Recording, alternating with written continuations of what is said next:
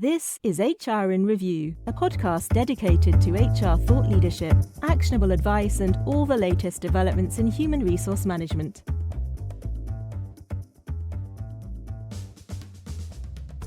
Hi everyone, and welcome back to the third episode of our new podcast, HR in Review. I'm Monica Sharma, the editor of HRreview, and if you haven't tuned in before, in this short segment we'll be looking back at some recent standout stories and we'll be discussing the most relevant topics linked to HR. Each week will be based around a different theme, and this week's is the return to offices and how working parents and staff in general can be supported. Here today, I'm joined by my guest, Jennifer Liston-Smith, who is Head of Thought Leadership at Bright Horizons UK, which is a global provider of work and family solutions to employers and employees. The company works with 1,200 employers globally and over 300 in the UK. For a decade, Jennifer set up and led the coaching and consultancy side of the company, which then became Bright Horizons Work and Family Solutions.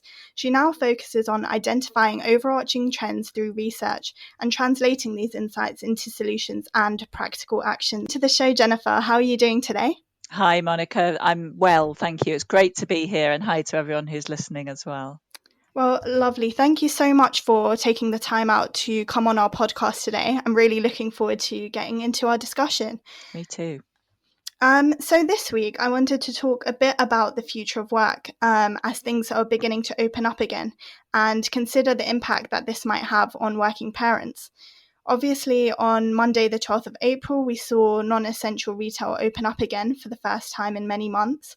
And this is likely the first step to a larger scale return to work. And COVID permitted, we'll be seeing a lot more of the workforce return back to the office settings, even if it isn't in the exact same way as it was pre-COVID.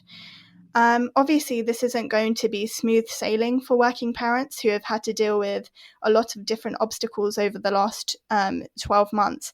And so I think over the next half an hour, Jennifer, you and I will end up discussing a lot of different strategies that employers can use to support this group during the transition to the next mode of working. So with that, our first news story is research that was carried out by Total Jobs and the Boston Consulting Group, which found that women were much more likely to opt for flexible working arrangements than men post-pandemic. So 209,000 people across 190 countries were surveyed, and 2/3 of women, 67%, said that they wanted to split their time between work and home, whilst only over half of men, 54%, said the same. Female employees were also less likely to report wanting a return to the office full-time, so 9% of women said that they would be comfortable with this compared to 16% of men. So clearly there's quite a disparity there. Women are opting for the flexibility to decide how they work after the pandemic, which I think is a direct result of the working practices that have been used during the pandemic. And I think over the past year, many women have been working from home and have had more flexibility, which allowed them to balance multiple areas of their lives. So just my first question for you, Jennifer. Do you think that this difference in views is something that needs to be accounted for in HR policy or strategy post-pandemic? A really common thing that I've been hearing a lot recently is the need for employers to account for, individuals or certain groups who may be at risk within the workforce. But I think an emerging question for companies will be, how can we balance that and what certain groups want whilst also having to introduce company-wide policy? Great question, Monica, and I love the way you've broadened that out. So taking the broader view initially, firstly, I would say yes, accounting for the needs of different groups, whoever they are, is a vital part of the movement from diversity through inclusion towards equity and belonging that we're seeing a lot at the moment, stimulated by the rethink that's taken place for so many people during the pandemic and other influences such as Black Lives Matter and the Me Too movement. There's an increasing need to listen to the employee voice and to understand different perspectives, different experiences. So yes, we need to consider the differential impact of policies and practices. And it's actually a chance to develop huge competitive advantage for employers by making the way we all work a key part of the employee experience, and having choice around that. So I would say yes to the first part. Coming back to the gender aspect, I mean, I think, as you say, fantastic set of data from Boston Consulting Group and the network, including Total Jobs there. The overwhelming hybrid working, and there is, as you say, there's some gender difference in those stats between who wants to be fully based in an office and so on. But I think, it's global data, and gender roles in parenting vary globally. Some of our research, the Modern Families Index Spotlight research, which we've carried out year on year since 2012, shows that men are also extremely concerned and interested in balancing childcare and elder care with work. So I would say that, across the board, we need to consider working parents and working carers in a gender inclusive way, actually, when crafting new working arrangements. And, just give that individual choice in relation to, of course, the job role and what needs to be delivered. So, we have to meet employee choice. We have to tune into the needs of different groups and consider all sorts of aspects, including family circumstances that people are balancing. And of course, we have to fit that with the needs of the role, because people are there to, wherever there is, home, office, or wherever, they're there to deliver a certain role. And it's about working cleverly as a team and an individual with their manager around delivering that in the best way. And I think that's a really important focus, whatever people's gender. That's really interesting, I think, because there's been a lot of research to kind of investigate the impact that the pandemic has had on, working women and working mothers. But I think a lot of companies will have to kind of formulate that to include working parents in general, because like we've realized throughout the pandemic, everyone has a different kind of circumstance, and offering everyone flexibility and kind of the I guess the adaptability in that way will be beneficial for the workforce as a whole, and also, I guess, from a legal standpoint, avoid any unfair discrimination or kind of claims of that matter. I think that's really key. And coming back to the data from the Modern Families Index, we found, for example, one of the questions we'd asked revealed data that over 7 in 10 across the over 1,000 randomly sampled parents who'd taken part across the UK, over 7 in 10 would need to carefully consider their childcare options before either accepting a promotion or a new job. And that was 73% of women and 69% of men. And when it came to adult and elder care, overall, it was 3/4 would consider their elder care options before considering job advancement. That was 73% of women and 77% of men. Oh, wow. So, I think there is some fluidity in the UK against the context of this global gender roles and in terms of family life. And I think that's an important discourse for us to pay attention to, actually, because it's in everyone's interests, men, women, children, families, and employers who want engaged employees, to remember that family structures are very varied. And as you rightly say, Monica, everyone has different circumstances. You may be caring for a pet, you may be studying, you may be wishing to travel back to a family of origin somewhere further away. Everybody has different life circumstances that they want to accommodate. So what we're essentially finding is that flexibility will be key, and offering that to kind of the workforce as a whole, whilst also being mindful of, the gender impact that could be occurring, is going to be crucial moving forward. Sure. So that's actually an interesting point to raise, because recent research by the CIPD showed that most employers aren't currently offering is because recent research by the CIPD showed that most employers aren't currently offering the kind of flexibility that workers want. So the research found that the option of part-time hours is desired by over a quarter of the workforce, so 28%, but actually used by under a fifth. And similarly, a fifth of employees stated that they would be using compressed hours if offered, and yet only 3% are given the option to do so. So I think there's quite a clear disparity between, what employees are asking for and what employers are actually offering. So I guess my question to you there, Jennifer, would be, what challenges do you think that employers are facing when it comes to providing flexible working options? Because I think that this is going to be, increasing in demand as we move forward. So what is stopping employers from taking action in this area? Follow us on Twitter at HRreview or join us on LinkedIn and Facebook.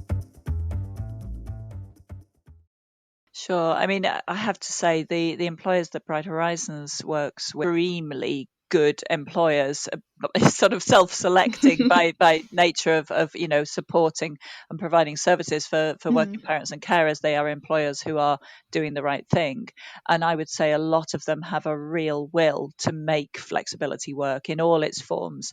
And the recent experience has just accelerated and ramped up that conversation. So I would say there is a lot of will out there to make it work, and we've seen a lot of useful progress in the last year. But I think, one of the challenges for individuals who are managing within organizations, because you can have leadership messages, you can have policies, you can have a range of management experience and individual experience within that. And I think one of the challenges is the easiest way of managing people is simply to check that they're sitting there in front of you in an office and looking busy.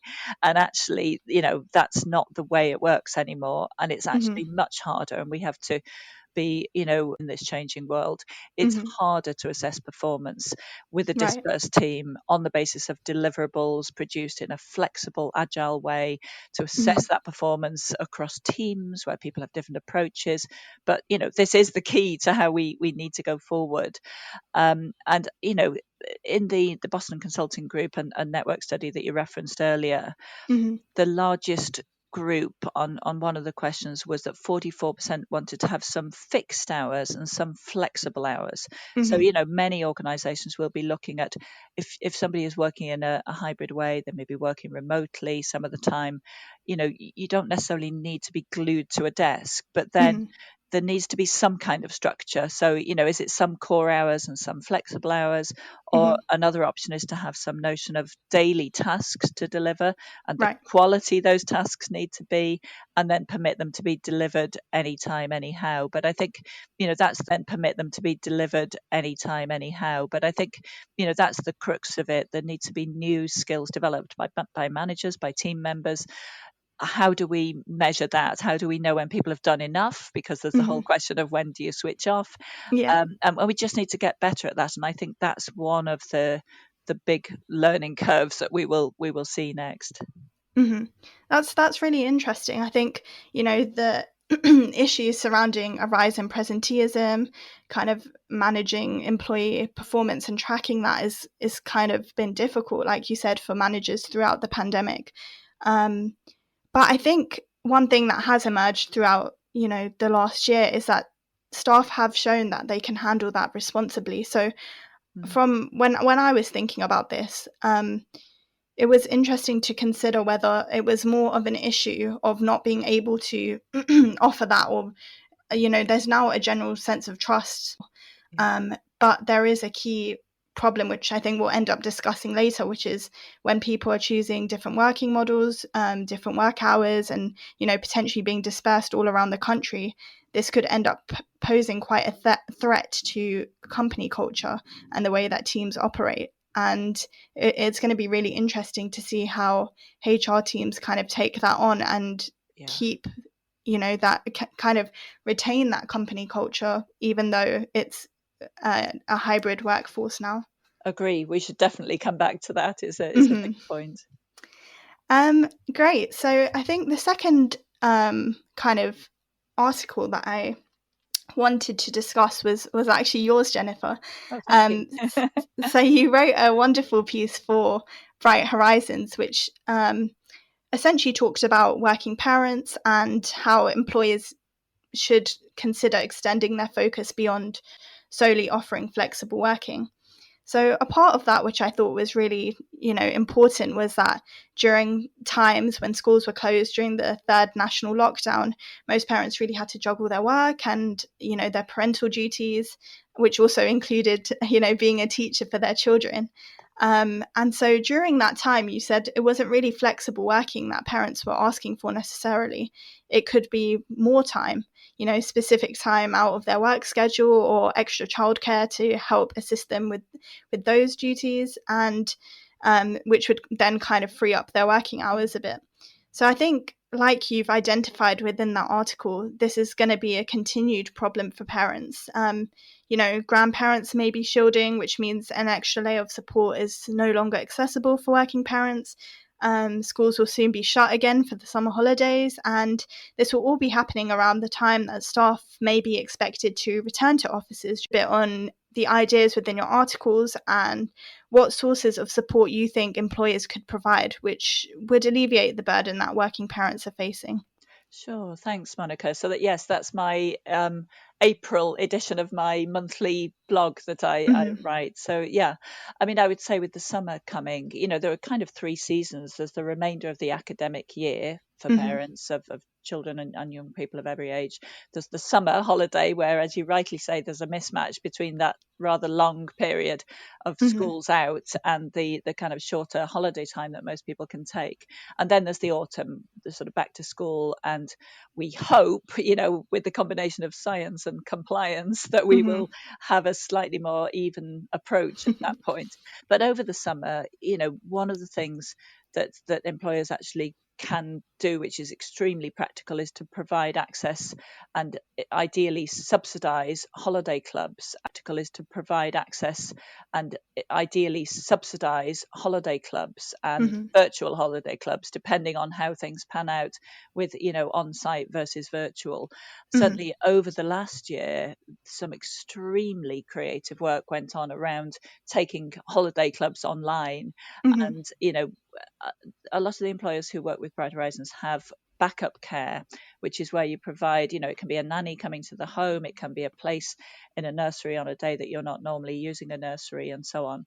And that comes into play when normal care arrangements cannot function, which is, about 10 times in a year in a normal year. Obviously it's been much more during the pandemic, but that's a rolling program that many employers provide. And as part of that, many also provide access to holiday clubs, so parents can see the summer coming up, and instead of, if you're in a couple relationship, it's harder again for single parents, but if a parent couple offer childcare rather than taking that time out together. So if an employer can provide access to a holiday club, that's an incredible support and enabler and a really attractive benefit to working families. So holiday clubs and virtual holiday clubs, and they're tremendously engaging. The virtual ones, they come along with boxes of activities to do. So that's one thing that can definitely be done. Some employers are providing access to tutoring, which is very supportive, recognising the impact of the worry that parents have felt over the lost time in education. So those are some practical supports. But one of the other things that we're helping employers with is navigating the care maze, whether it's elder care, adult dependence, or whether it's childcare, both within the restrictions and as we move forward.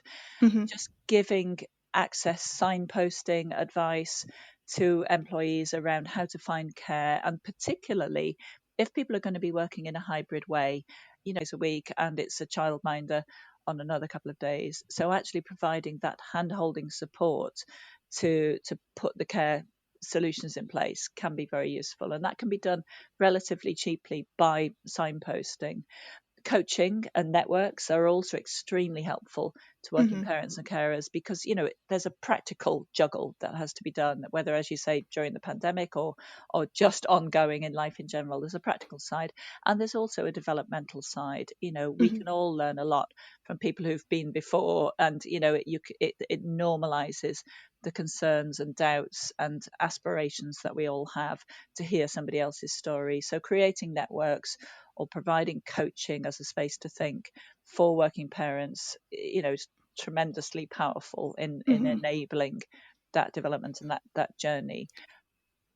Yeah, I thought those were really innovative solutions, because we've all seen the kind of move to virtual events, and I think it also gives the children something to do during the holidays, if we're focusing on that side of things. and it could really help to free up some time for parents. I also liked within the article that you kind of gave credit where it's due, which is that working parents now know what they can or can't deliver during times where the education system isn't, in place or functioning as it normally would. So it's just also about employers listening to that and perhaps changing or altering their own expectations.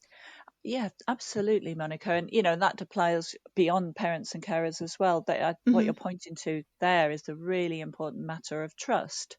We hire people, we recruit people for their skills and what they bring. And then, we ought to trust those individuals that we've hired to wish to bring ought to trust those individuals that we've hired to wish to bring those skills and to deliver the agreed deliverables.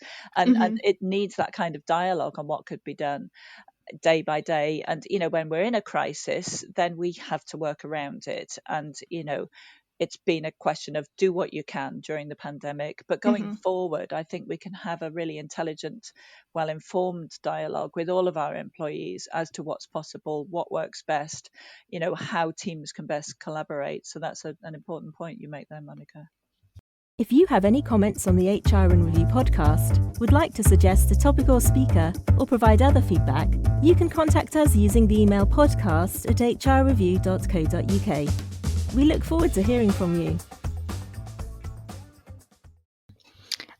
Well, this kind of jumps off what you just said, but obviously for some employers, small, medium-sized businesses, the last year has been extremely difficult in terms of, financial side of things, and they may not have the budget right now to invest in specific schemes or offer subsidized childcare. Are there any kind of free initiatives that they could put into place to help support working parents?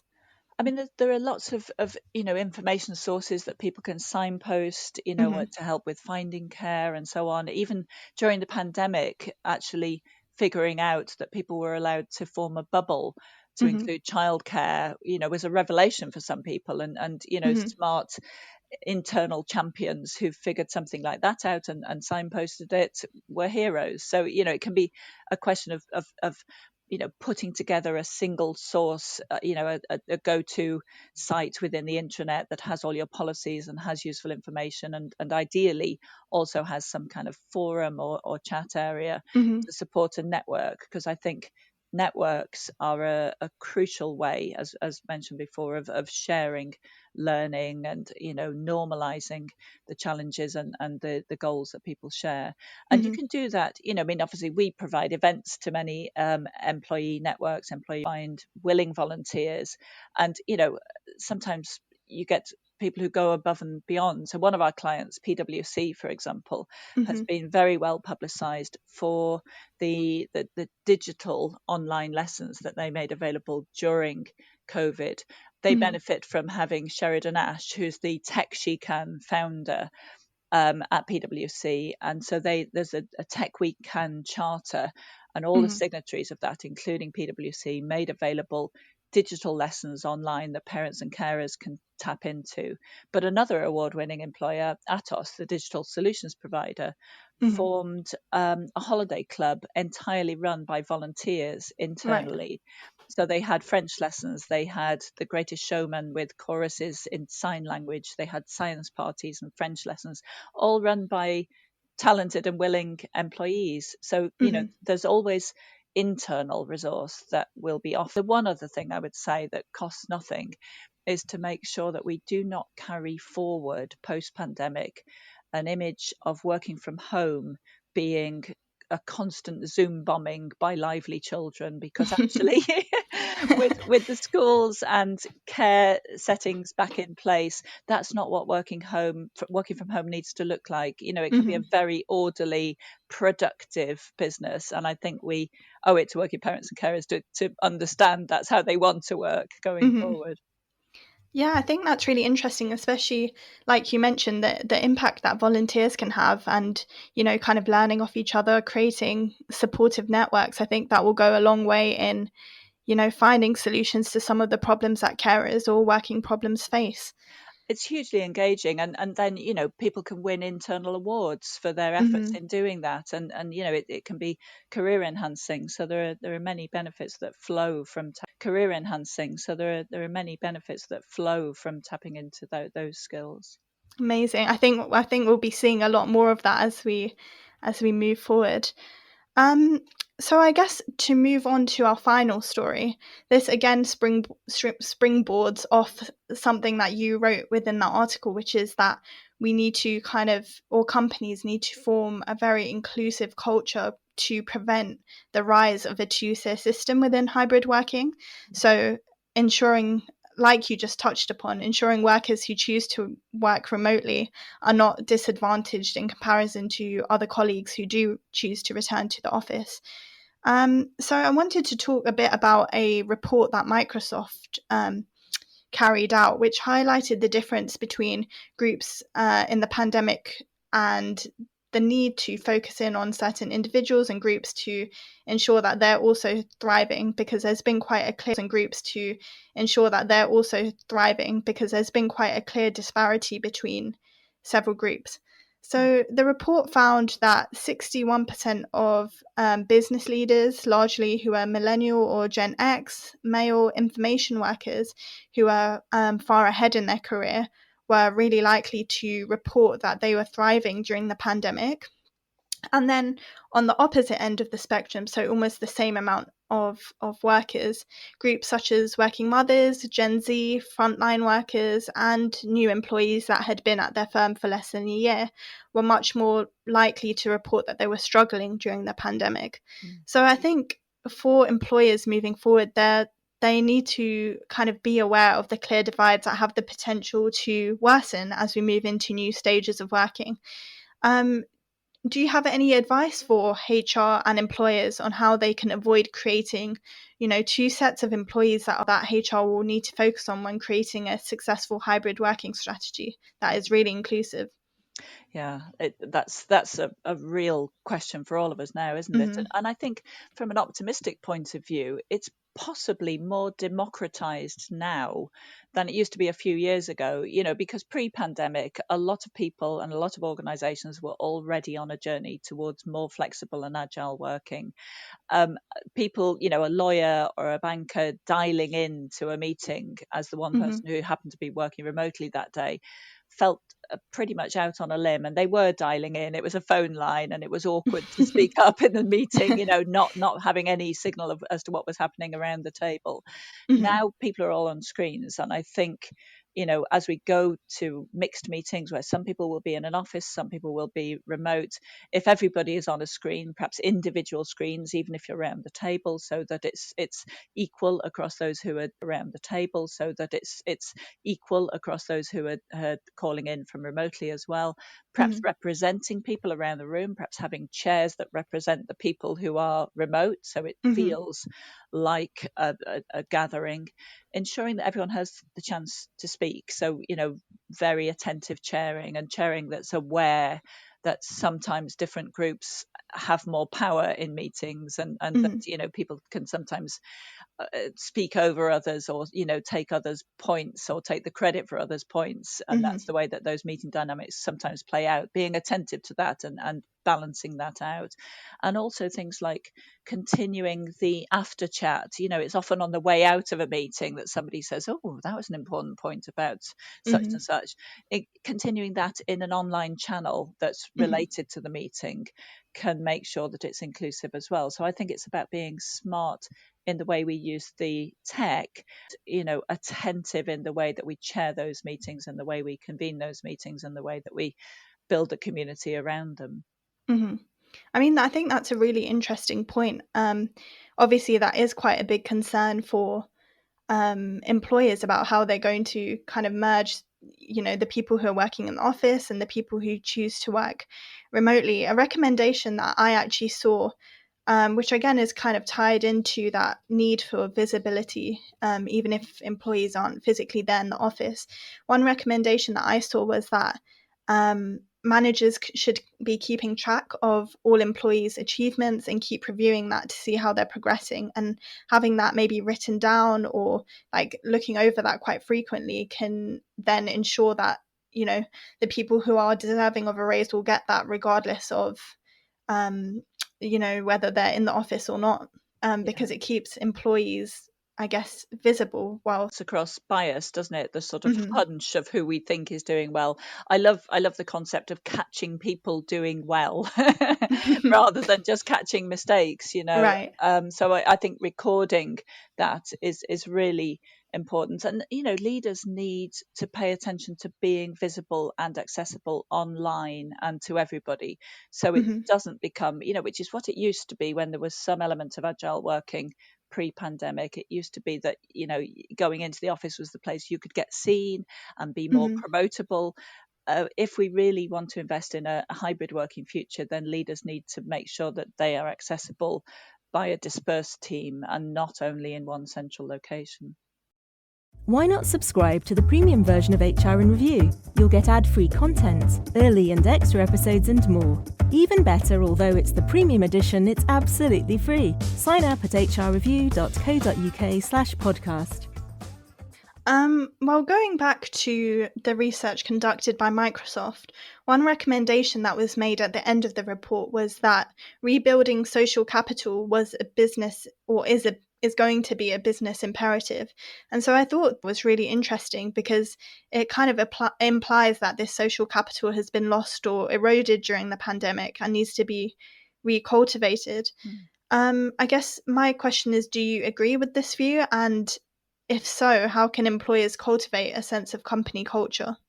Sure. I mean, it was a great report, and I was struck by Dr. Nancy Baim, Senior Principal Researcher at Microsoft, Mm-hmm. talking in the report about the need to measure connections in wider networks as a Mm-hmm. source of innovation.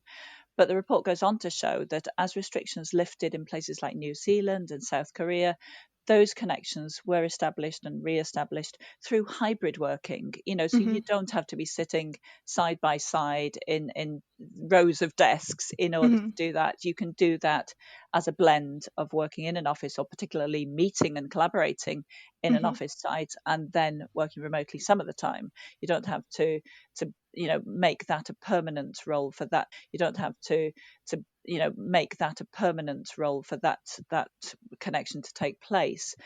And actually, if you're meeting less on site, then you might make more of it. You might have lunches Mm-hmm. together. You might make a plan for who you particularly want to catch up. Mm-hmm. Teams will, you know, make an arrangement to be in together. And Mm-hmm. I know some of our law firm clients, for example, are also looking at how to support the transmission of culture by osmosis, even in an online or virtual way, you know, because Mm-hmm. it can be really important for a trainee lawyer to be sitting within earshot of one of the partners, listening Mm-hmm. to how they conduct calls with clients. There's a lot of learning takes place like that. So how Mm-hmm. can you do that, you know, by perhaps opening an online meeting and sharing some of that, even if it's done in a sort of role played way, you know, Mm-hmm. to invest in training. So I think we can pay attention to how that works both in a hybrid way and in a virtual, way. And, you know, I would just say, in terms of online social gatherings, they do work. I'm sure everyone has their story of how, you know, it can actually be very enhancing and very social. Within Bright Horizons, for example, we're quite a large employer.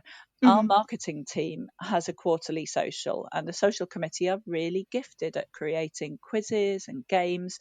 And at our recent Easter or spring get together, Mm-hmm. we had a range of games. One of them involved guessing which members of the team were taking part in a sort of mixtape of heavily disguised chicken noises, and you had to guess which colleague it was. It was really hilarious. Wow. And our marketing and sales director led a session on how to make an origami bunny. You know, these, I think, quite a lot of Amazing. social capital was built then. Mm-hmm. So it can be done.